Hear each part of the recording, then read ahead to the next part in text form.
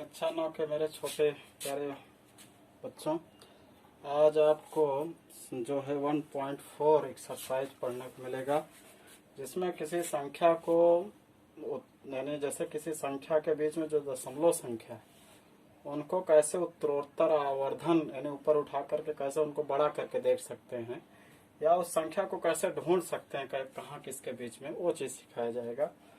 तो एक्सरसाइज यानी प्रश्नावली 1.4 है। 1.4 पहले सवाल है, इसमें कह रहा है कि 3.765 इसको कह रहा है कि आप दिखाइए। तो आप सबसे पहले पता करें संख्या किनके बीच हो सकती है। तो संख्या 3 और 4 के बीच हो सकती है। तो आप एक नंबर लाइन खींचेंगे। ये 0 है, 1 है, 2 है, 3 है, 4 है, 5 है, 6 है। तो अभी लग रहा है कि ये किसके बीच की हो सकती है संख्या? 3 और 4 के बीच की हो सकती है। अब 3 और 4 के बीच की संख्या है, इसको हम और बढ़ाते हैं। तो यहाँ हम 3 और 4 को बढ़ाते हैं, ऐसे ले लेते हैं। इसको 3 समझते हैं और ये जो 4, यहाँ हम एक लेंस समझ लो लगा दे रहे हैं और लेंस को से बड़ा करके देख रहे हैं इस जगह को 3 और 4 के बीच में, और बड़ा करके तो थोड़ा बड़ा किए हैं। ये 3 है, ये 4 है, इतना बड़े में हम देख रहे हैं इसको।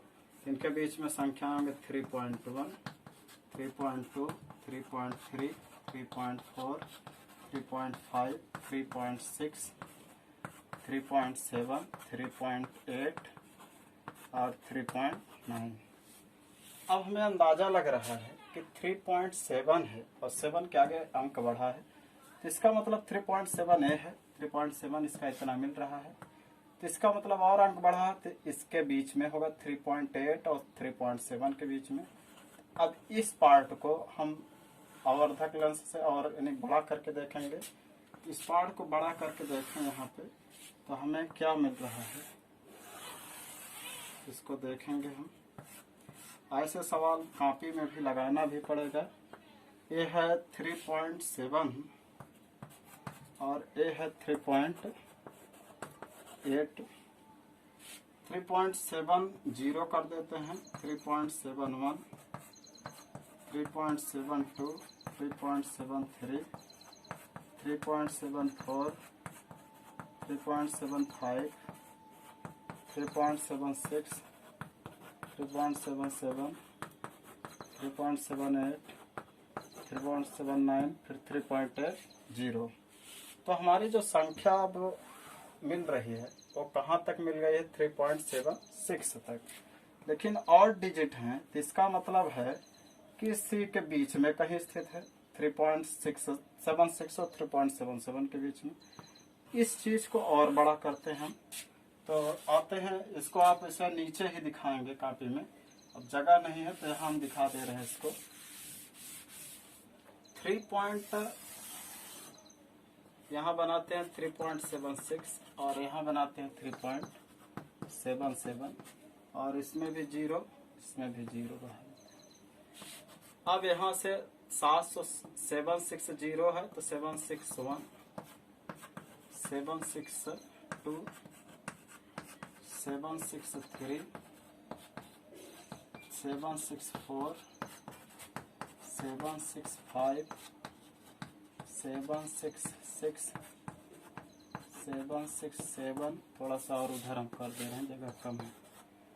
3.768, 769 और 3.770। तो हमें 3.765 शायद अब संख्या में मिल गई है।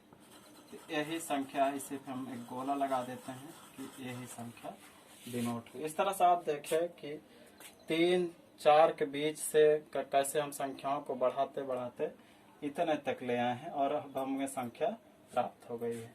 तो आप इसको सीधा सीरियलाइज ही लिखेंगे। इस तरह से आपकी 1.4 की पहली सवाल कंप्लीट होती है। और एक सवाल आप देखेंगे, इसमें 2 सवालें हैं। 1.4 की नेक्स्ट सवाल है दूसरी और लास्ट भी है।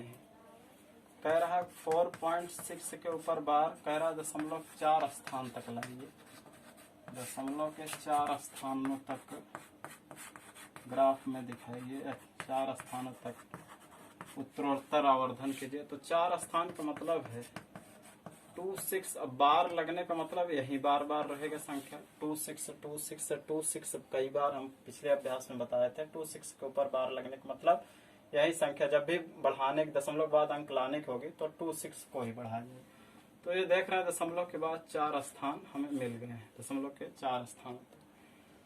तो अब इसको दिखाएंगे कैसे। 4.2 है तो इसका मतलब जो हमारी लाइन बनेगी वो 4 और 5 के बीच पहले लाई करेगी। ये 0 1 2 3 4 5 6 7 डॉट डॉट है।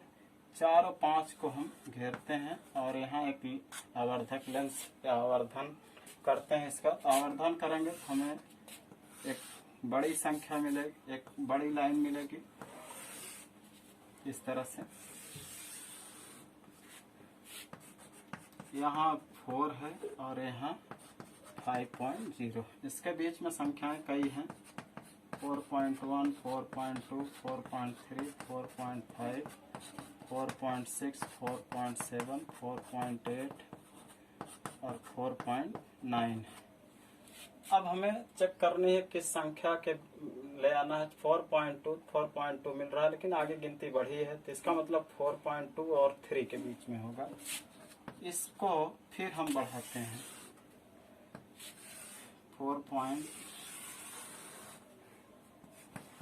4.20 कर देते हैं, इसको 4.30 कर देते हैं। 4.2 है तो इसका मतलब 4.20, 4.3 है 4.30, क्योंकि अब हमको एक एक डिजिट आगे लेके चलना है।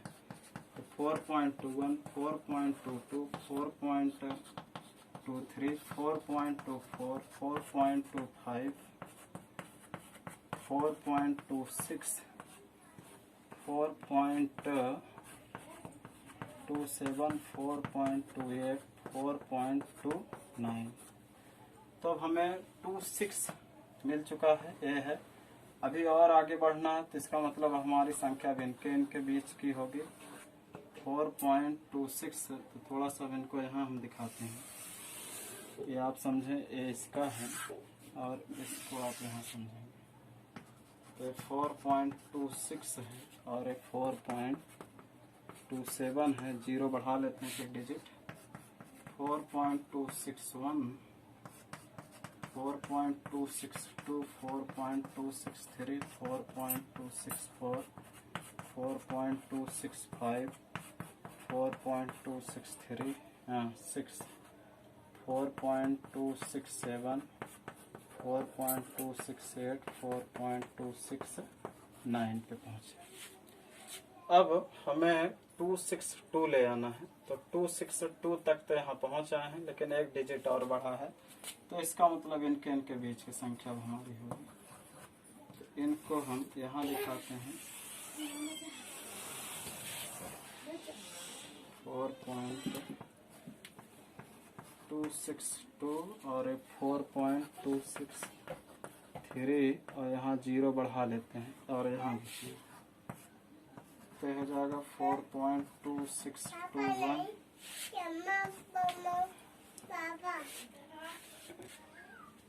4.2621 4.2622 4.263 क्यों 2623 4.2624 4.2625 4.2626 4.2627 4.2628 और 4.2629। अब हमें 4.2626 मिल चुका है, यही इसका कंप्लीट हल हो जाएगा। इस तरह से आप देखें 4.26 है तो 4 5 के बीच होगा। 4 5 को अब विस्तार किए 4 और 5 लिखने के बाद 4.1 4.2 4.3 4.5 इस तरह से 4.9 तक ले गए तो उसमें लिखा 4.2 4.2 तक का मान मिल गया है, लेकिन अभी 6 चाहिए, तो 4.2 और 3 का हमने विस्तार किया। 4.20 इधर 4.30 कर लेंगे। 2 1 2 2 2 3 2 4 2 5 2 6 2 7 2 8 इस तरह 2 9 तक किए। 4.26 और 4.27 के बीच में फिर 0 0 बढ़ा है, तो 4.261 262 263 264 इस तरह से इतना। फिर 4.262 और 4.263 0 बढ़ा करके फिर उनके बीच में एक्सपेंशन किया, तो इस तरह से हमें 4.2626 मिला है। और यही आपका जो है सॉल्यूशन कंप्लीट होता है। और आप इसे अच्छे से कॉपी में उतार लेंगे। आगे देखते हैं। इसके बाद 1.4 के बाद 1.4 में मात्र 2 सवाल थे। अगर और सवाल हैं तो आप इसी तरह आवर्धन करें आप स्वयं। और देखते हैं नेक्स्ट अगला अभ्यास 1.5 में। 1.5 में क्या कॉन्सेप्ट है थोड़ा ध्यान दें। यदि किसी परमेय संख्या में, किसी परमेय संख्या किसको कहते हैं, वह संख्या जिन्हें P/Q के रूप में व्यक्त किया जा सके, जहां P भी पूर्णांक हो कोई और Q भी पूर्णांक हो, बट Q जो है वो संख्या ना हो, but Q is not equal 0, ये 0 ना होने पाए। वह संख्या जिन्हें P/Q के रूप में व्यक्त कर सकें, और उन्हें हम परमेय संख्याएं कहेंगे जहां P और Q पूर्णांक हो, but Q is not equal 0 के हो, Q 0 वाला पूर्णांक ना हो। और देखते हैं ये तो परमेय संख्या की डेफिनेशन। अपरमेय संख्या में कौन कौन संख्या आती हैं, जैसे रूढ़ संख्याएं हैं जिनका वर्गमूल नहीं निकल पाता है, और अशांत अनावर्ती अनावर्ती जो है वो संख्याएं पूरी अपरमेय संख्या में आती हैं। पाई एक अपरमेय संख्या के अंतर्गत आती है। तो यहाँ परमेय अपरमेय के संक्रियाओं के बारे में कुछ है। परमेय और अपरमेय के बीच संक्रियाएं यदि हो रही हैं, संक्रियाओं से संबंधित रूल आप इस कॉन्सेप्ट को पहले उतार लेंगे कॉपी में। नंबर 1, यदि कोई परमेय संख्या है उसमें हम अपरमेय जोड़ रहे हैं, अपरमेय जोड़ दे रहे हैं, तो जो संख्या दोनों मिल करके बनेंगी वो भी अपरमेय होंगी, अपरमेय होगी। कैसे? जैसे 2 + √3, 2 परमेय है बट √3 अपरमेय है। तो ये जो संख्या है 2 + √3 पूरी संख्या क्या कहलाएगी? ये अपरमेय में रहेगी। और इसी तरह यदि किसी परमेय संख्या में अपरमेय संख्या को माइनस कर देंगे तो भी संख्या अपरमेय आएगी। जैसे 3 - √2 लिख दिया है, दिस इज इरेशनल नंबर। ये क्या है? इरेशनल नंबर रहेगी। इसी प्रकार थर्ड है, यदि परमेय संख्या है उसमें हम अपरमेय संख्या से मल्टीप्लाई कर दें, अपरमेय संख्या से मल्टीप्लाई कर दें तो हमें मिलेगा, जैसे तो भी अपरमेय संख्या ही मिलेगी, अपरमेय संख्या ही मिलेगी। जैसे 3 में √5 से मल्टीप्लाई कर दें तो हमें प्राप्त होगा 3√5, जो कि कौन सी किस प्रकार की संख्या है? अपरमेय संख्या। इसी प्रकार और एक रूल है चौथा, यदि परमेय संख्या को अपरमेय संख्या से डिवाइड कर दें, अपरमेय संख्या से डिवाइड कर दें तो जो संख्या नई वाली प्राप्त होगी वो भी क्या होगी? अपरमेय संख्या होगी। जैसे 1 परमेय है और उसमें √2 से भाग दें, ये संख्या परमेय कहलाएगी। 1/√2 अपरमेय। तो आप इसको याद रखें, जब किसी परमेय में अपरमेय जोड़ा जाएगा तो अपरमेय आएगा, परमेय में अपरमेय घटाया जाएगा तब भी अपरमेय, परमेय में अपरमेय गुणा किया जाएगा तब भी अपरमेय, अगर परमेय में परमेय से भाग दिया जाए तो भी अपरमेय आता है। लेकिन जब परमेय को परमेय से गुणा करते हैं तो परमेय आती है, लेकिन अपरमेय को अगर अपरमेय से गुणा करते हैं तो कभी कभी जो है वो जो कभी कभी अपरमेय और अपरमेय को गुणा करेंगे तो अपरमेय भी आ सकती है और परमेय भी आ सकती है। उदाहरण के तौर पे जैसे अपरमेय अपरमेय दो संख्या √2 है। अगर √2 गुणा करते हैं तो √2 दो दूनी 4 होगा, 4 का वर्गमूल कितना हो जाएगा 2, जो कि क्या है परमेय संख्या है। लेकिन जब √2 को √3 से मल्टीप्लाई करेंगे तो ये भी अपरमेय है, भी अपरमेय है, तो 2 तिहाई हो जाएगा √6, जो कि क्या है अपरमेय। तो अपरमेय का अपरमेय से मल्टीप्लाई अपरमेय भी हो सकता है और परमेय भी हो सकता है। तो प्लीज आप इन रूलों को ध्यान में रखते हुए चलेंगे। देखते हैं 1.5 में क्या है। आप इसे रूल को वीडियो पॉज करके पीछे करके जरूर देख लेंगे, नोट कर लेंगे बस।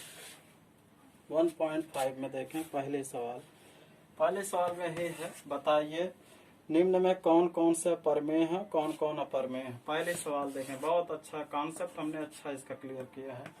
2 - √5 देख रहे हैं परमेय संख्या। परमेय क्यों है 2/1, हम इनको P/Q के रूप में लिख सकते हैं। रूट संख्या जिनका वर्गमूल नहीं निकलता, जैसे √2 √3 √5 √7 √6, इन सब का वर्गमूल साधारण तरीके से नहीं भाग विधि से निकलता है, दशमलव में निकलते हैं, पता नहीं अशांत अनावर्ती तो अशांत अनावर्ती भी हों उनके वर्गमूल, तो ऐसे समय में इनको अपरमेय ही माना जाएगा। तो परमेय माइनस अपरमेय, तो इस तरह से संख्या क्या होगी अपरमेय होगी। अभी बताए परमेय माइनस अपरमेय क्या होगी अपरमेय। पहले सवाल खत्म। दूसरे में है 3 + 2 23 -√23, इसका ब्रैकेट खोल दें तो देख रहे हैं कि +√3 -√3 +√3 -√3 घट जाएगा, बचेगा 3 क्या है एक परमेय संख्या, P/Q के रूप में लिख सकते हैं। उसके बाद थर्ड है 2√7 7 √7 2√7 7 से √7 कट जाएगा 2/7, जहाँ ए भी पूर्णांक है और ए भी पूर्णांक है, दोनों पूर्णांक हैं। जहाँ 2 और 7 पूर्णांक हैं, इसलिए क्या है, इसलिए यह परमेय संख्या है, इसलिए यह परमेय संख्या P/Q के रूप में है। सवाल नंबर देखते हैं फोर्थ और फिफ्थ। फोर्थ देखें 1/√2, तो देख रहे हैं परमेय है, ऊपर पूर्णांक है, नीचे परमेय संख्या है, इसलिए भी परमेय अपरमेय के जो रूल बताए हैं उसके हिसाब से भी अपरमेय होगी, अपरमेय संख्या है। 5 में 2π, चूँकि पाई एक अपरमेय संख्या है, पाई एक अपरमेय संख्या है, इसलिए 2π भी, अब इसमें मल्टीप्लाई हो रहा परमेय अपरमेय का गुणनफल, 2π भी एक अपरमेय होगा, एक अपरमेय संख्या होगी।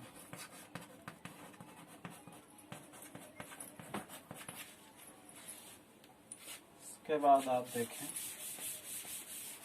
सवाल नंबर 2, कह रहा प्रत्येक व्यंजकों को सरल कीजिए, प्रत्येक व्यंजकों को सरल कीजिए।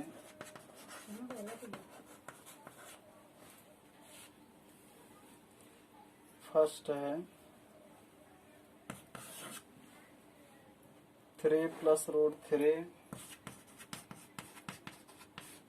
2 + √2, इनको हल करना है। तो हल करने के लिए गुणा कर सकते हैं। गुणा कैसे करते हैं, 3 का 2 से पहले 3 पकड़े, दोनों तरफ मल्टीप्लाई, 3 दूनी 6, 3 का √2 से गुणा होगा 3√2, ये नहीं 3 √2 मल्टीप्लाई करें, 3 दूनी √6 नहीं होता, परमेय परमेय का गुणनफल होगा, तो ऐसे बगल बगल लिख लिए जाते हैं। 3 का √2 से होगा 3√2, ऐसे √3 का 2 से, √3 का अगर 2 से होगा तो नहीं 2 3 6 होगा, ये 2 आके आगे लिख उठेगा 2√3, और √3 का √2 से होगा तो √3 दूनी 6, रूट का रूट से मल्टीप्लिकेशन होता है, परमेय का परमेय से गुणा, परमेय का परमेय से गुणा। परमेय परमेय जब गुणा होंगे, परमेय अलग लिख उठेगा, परमेय अलग लिख उठेगा। 3 दूने 6, 3 रूट 2, रूट 3 का 2 से 2 रूट 3, रूट 3 गुणा होगा रूट 6। इसके बाद आगे आप कुछ नहीं कर सकते हैं, ना जोड़ सकते हैं, कुछ भी नहीं कर सकते हैं। इसका यही आंसर होगा।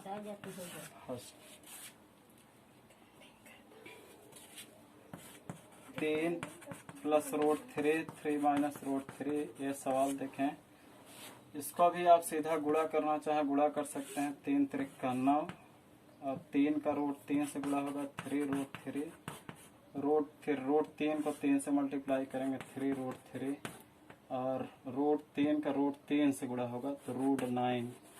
3 त्रिका 9। रूट रूट गुणा हो जाते हैं, लेकिन एक बगैर रूट एक रूट गुणा नहीं होते। गुणा होते हैं बगल में ऐसे लिख उठते हैं। 9 ये माइनस 3 रूट 3 प्लस रूट 3 घट जाएगा। 9 को वर्गमूल 3 होगा, 9 में 3 गए 6 आ जाएगा। इस तरह से आगे देखें एक और सवाल। सवाल नंबर 3 है रूट 5 प्लस रूट 2 का होल स्क्वायर। यहाँ चूंकि ये प्लस बी का होल स्क्वायर अभी आपको पढ़ाया नहीं गया है, बहुपद कक्षा 8 में पढ़े हैं, लेकिन यहाँ पे अभी हम अपनी तरफ से नहीं पढ़ा है बहुपद, इसलिए आप लोगों से प्लस बी का होल स्क्वायर सूत्र नहीं लगवाएंगे। यहाँ रूट 5 प्लस रूट 2 का 2 बार लिख लेते हैं। एक चीज स्क्वायर है तो इसको 2 बार मल्टीप्लाई कैसे होगा? रूट 5 का रूट 5 से गुणा होगा तो रूट 5 जब गुणा होते हैं तो 5 पचम 25 और 25 का वर्गमूल कितना 5 आ जाएगा। रूट 5 गुणा होगा 5, रूट 5 दूनी रूट 10 प्लस इस 5 का दोनों से मल्टीप्लाई हो गया है। ध्यान से देखें, रूट 5 का रूट 5 से गुणा हुआ 5 पचम 25, रूट गुणा हो जाते हैं अंदर, लेकिन रूट में ही आएंगे और वर्गमूल निकल रहे हैं तो आप वर्गमूल लिखें। 5 पचम 25, 25 का वर्गमूल 5 यहाँ लिखा। 5 दूनी 10 रूट 10। रूट 2 का रूट 5 से गुणा होगा तो रूट दोनों है तो गुणा हो जाएंगे, 2 पंचे 10 और रूट 2 का रूट 2 से गुणा करेंगे रूट 4 और रूट 4 का वर्गमूल कितना होगा? 4 का वर्गमूल 2। हम डायरेक्ट लिख रहे हैं इसको। 5 और 2 ये दोनों जोड़ सकते हैं बगैर रूट के। 5 2 7 रूट 2 कई रूट 2 है? एक रूट 2 एक रूट 2 अर्थात 2 रूट 10 है। 2 ठी रूट 10 है, 2 रूट 10। यही इसका आंसर होगा। नेक्स्ट देखते हैं, प्लीज इसे नोट करते चलें आप, वीडियो को रोक रोक करके सवाल को उतारते चलें साफ साफ और फिर आगे बढ़ते हैं। देखते हैं, प्लीज आप इसे नोट कर लेंगे जल्दी से।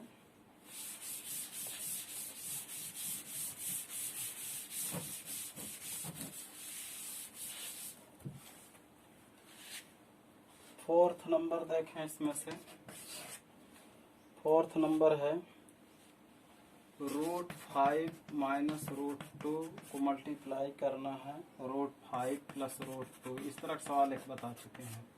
सवाल नंबर इसमें की जो सेकंड थी एकदम उसी तरह है, रूट 5 ही है। रूट 5 का 5 से गुणा होगा 5 पचम रूट 5 गुणा होता है तो गुणा कर लेते हैं। रूट 25, 5 दूनी 10 रूट 10, 2 पंचे माइनस रूट 10 और 2 ऋण धन का गुणा ऋण धन गुणा ऋण 2 दूनी root 4 plus root 10 minus root 10 cut जाएगा। 25 का वर्गमूल 4 और इधर माइनस 4 का वर्गमूल 2, 5 में 2 गए 3 आंसर होगा। आते हैं सवाल नंबर 3 देखते हैं। तीसरे सवाल कह रहा कि आपको याद होगा कि पाई को एक वृत्त की परिधि और पाई को एक वृत्त की परिधि सी और व्यास के अनुपात में परिभाषित किया जाता है। पाई को जो है वृत्त की परिधि और उसके व्यास के अनुपात से परिभाषित किया जाता है, अर्थात पाई बराबर सी अपान डी। इस तथ्य का अंतर विरोध करता हुआ प्रतीत होता है। इस तथ्य का अंतर विरोध करता हुआ प्रतीत होता है कि पाई एक अपरिमेय संख्या है। तो देखें, चूंकि पाई बराबर सी अपान डी है तो पाई बराबर सी अपान डी, ये पाई की वैल्यू जो है कैसे हम इसको ले आ लेते हैं कि पाई एक अपरिमेय संख्या, पाई अपरिमेय संख्या है ये तो कन्फर्म है। पाई की जगह जो 22/7 यूज करते हैं, सोच रहे हो कि ये भी परिधि भी एक संख्यात्मक मान है, भी संख्यात्मक मान है, तो इन दोनों का अनुपात परमेय होना चाहिए। लेकिन परमेय आने के लिए पाई हम इसलिए रख देते हैं कि 22/7 जो है उसकी वैल्यू इसके सेम के लगभग आती है। यहाँ हम लिख दे रहे हैं चूंकि पाई बराबर 22/7, ये 7 22 बराबर पाई बराबर 22/7 होता है नहीं, लेकिन चूंकि इसकी वैल्यू पाई की वैल्यू 3.16 करके ऐसे होती है और 22/7 की भी वैल्यू यह 3.16 कुछ वैल्यू तक मिलते हैं, इसलिए पाई की जगह हम इनको यूज कर लेते हैं कहीं कहीं 22/7, यानी पाई की जगह 22/7 ये लगभग मान ला के देता है। ये भी अशांत अनावर्ती है, भी अशांत अनावर्ती है, तो ये दोनों अपरमेय संख्या के ही कैटेगरी में जाते हैं, इसलिए हम इनकी जगह पाई की जगह 22/7 रख लेते हैं। चूंकि 22/7 अशांत अनावर्ती है, अशांत अनावर्ती है, इसलिए इनके मानों में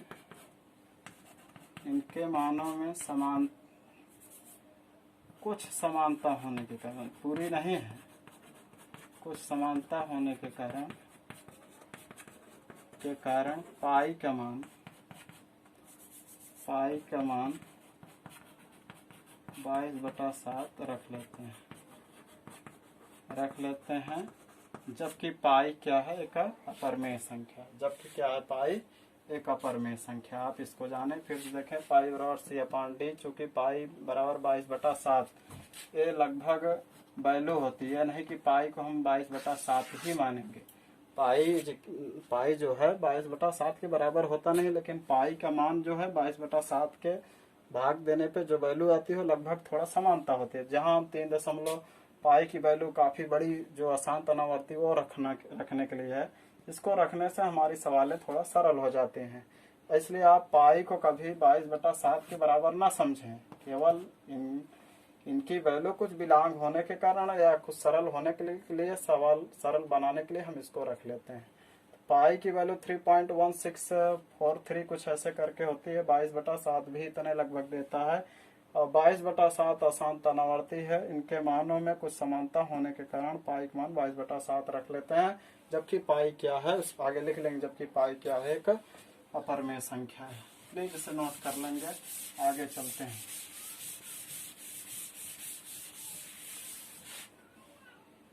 तो फोर्थ नंबर में हमें √9.3 को ग्राफ में खींचना है। तो आप सर्वप्रथम क्या करेंगे, एक पटरी लेंगे और 9.0 यानी कि 0 से 9.3 तक के एक माप की लाइन खींचेंगे। इसका नाम दे देंगे ए और बी। ए और बी की वैल्यू कितनी है, इसकी लंबाई कितनी है, 9.3। रोड में संख्या खींचनी है तो आप क्या करेंगे, जहाँ ए बी है इतनी बड़ी 9.3, यही बी पॉइंट से 1 सेंटीमीटर और बढ़ा लेते हैं। इसका नाम दे देंगे सी, केवल 1 सेंटीमीटर और बढ़ा लेंगे। ध्यान दें इस चीज को, 1 सेंटीमीटर और बढ़ा लें। अब जो हमें रेखा AC प्राप्त हुई है, उस रेखा AC का लंबार्धक गोला प्रकार लें। गोला प्रकार का सुई वाला यहाँ रखें और पेंसिल पार्ट ऐसे घुमाएंगे, ए से और एक नीचे, और सी से भी एक बार ऊपर और एक बार नीचे काटेंगे। ए कहीं ऐसे काटती हुई लाइन जाएगी और जो काट रही होगी वो AC को समद्विभाजित कर देती है। इसका नाम दे देंगे O। एक बार फिर समझें, ए से एक गोला प्रकार लेकर पेंसिल भरकर आधे से अधिक त्रिज्या ले लेंगे और एक बार ए से ऊपर नीचे, एक बार सी से ऊपर नीचे काटेंगे। तो दोनों तरफ कहीं ना कहीं काटेंगे, इस तरह से उनको मिलाते हुए एक लंब खींच लेंगे। इसके बाद इस पॉइंट जो O बिंदु आया है, गोला प्रकार को अपने हिसाब से बढ़ाएं कि यहाँ तक फैल जाए A तक, और इधर भी नाप लें और C तक भी फैले। फिर ऐसे होते हुए एक वृत्त खींच लेंगे। वृत्त खींचने के बाद इस B बिंदु से, जहाँ B पॉइंट था, इससे एक लंब डाल देते हैं, सीधी रेखा। एक परिधि जो वृत्त खींचे उसके परिधि पे कहीं काटेगा। और फिर इसके बाद आप क्या करते हैं, इस लाइन को थोड़ा सा और बड़ा कर लेंगे और यहाँ इसकी लंबाई नाप गोला प्रकार लेंगे, सुई वाला पार्ट यहाँ रखेंगे और पेंसिल वाला यहाँ से नापेंगे, एक चाप लेंगे ऐसे, और इस चाप के सहारे हम जो त्रिज्या बनेगी इस त्रिज्या से ऐसे होते एक वृत्त खींच लेंगे। ध्यान देखें, ऐसे गोला प्रकार लेंगे, ऐसे नचा देंगे तो यहाँ एक कहीं ई बिंदु पे काटेगा और इसका नाम डी। तो बी डी की माप भी आपकी 9.3 रहेगी, रूट 9.3 नहीं, रूट 9.3 बी डी भी रहेगी। और इस तरफ जो आप बी खींचे हैं ये भी कितनी रहेगी, रूट 9.3 माप की रहेगी।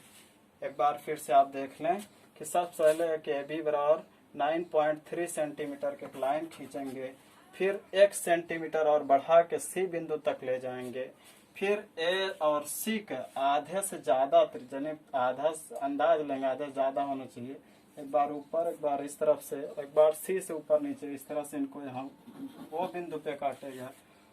ओ और ए की त्रिज्या, ओ एक त्रिज्या और ओ सी की त्रिज्या नाप लेंगे, या ओ ए या ओ सी कोई किसी एक त्रिज्या ले लें और ऐसे होते एक वृत्त खींच लेंगे, अर्धवृत्त भी अर्धवृत्त खींचे। और अर्धवृत्त खींचने के बाद बी बिंदु से एक लंब डाल देंगे जो वृत्त की परिधि को डी बिंदु पर काटेगा। और डी से इस बी बिंदु से गोला प्रकार में एक त्रिज्या ले लेते हैं इतना बड़ा कि डी से होते वृत्त खींचा जा सके, तो ऐसे एक वृत्त काटेगा जो कि इस ए बी लाइन को एक बिंदु ई पर काटेगा। तो ए बी ई की माप भी रूट 9.3 होगी और इसकी भी वैल्यू रूट 9.3 होगी। आप इसको अच्छे से जैसे बनाए हैं, रचना भी चाहे तो लिख सकते हैं, तो नहीं तो ऐसे रहने देंगे। आते हैं इस अभ्यास को खत्म करते हैं, ये लास्ट सवाल थे इसमें, और 1.5 भी आज आपका कंप्लीट होता हुआ।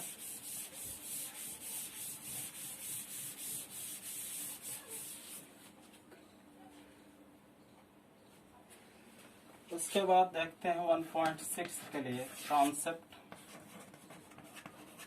1.6 में कॉन्सेप्ट है घातांक का नियम। घातांक के नियम आप जाने,